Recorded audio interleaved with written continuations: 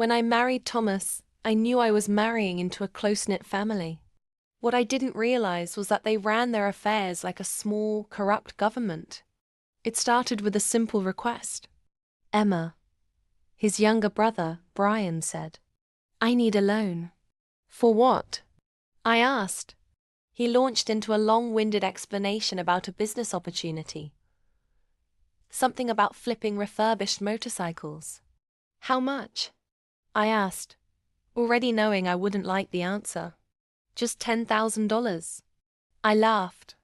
When I realized he was serious, I shook my head. "I'm sorry, but I can't do that."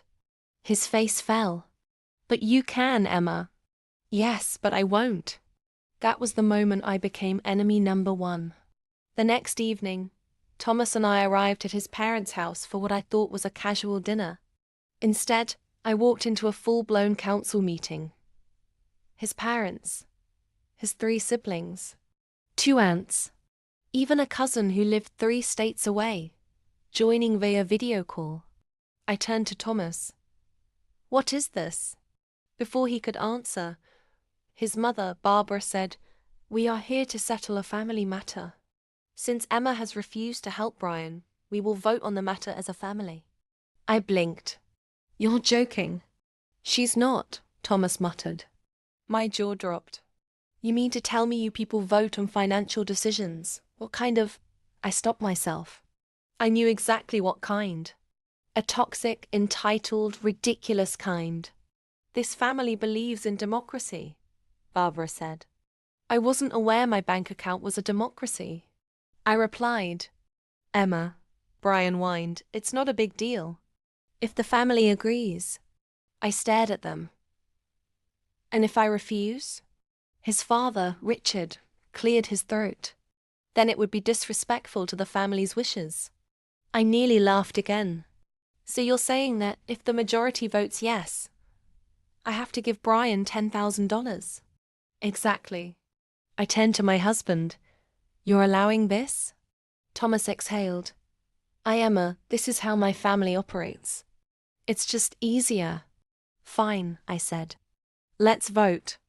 The votes were cast quickly, as if the outcome were a foregone conclusion. When Barbara read them out, my blood pressure spiked. 9 yes, 1 no. The family has spoken. I stood. Interesting. Now, let me hold a vote. I motioned to ban Brian from asking me for money ever again. All in favor? Silence. I smiled. I vote yes. That's 1-0. Motion passed. Barbara sputtered. "That's not how." "Oh, but it is," I said. "Because I am a democracy of one when it comes to my money." Brian sulked. "Emma, come on." I grabbed my purse. "Enjoy your family government, but I am not a taxpayer in this system." I turned to Thomas. "Are you coming home with me?" He hesitated. Without another word, I walked out. A moment later, Thomas followed. Behind us, I heard Richard grumble, "Maybe we should vote on whether Thomas stays married to her." I turned and smiled.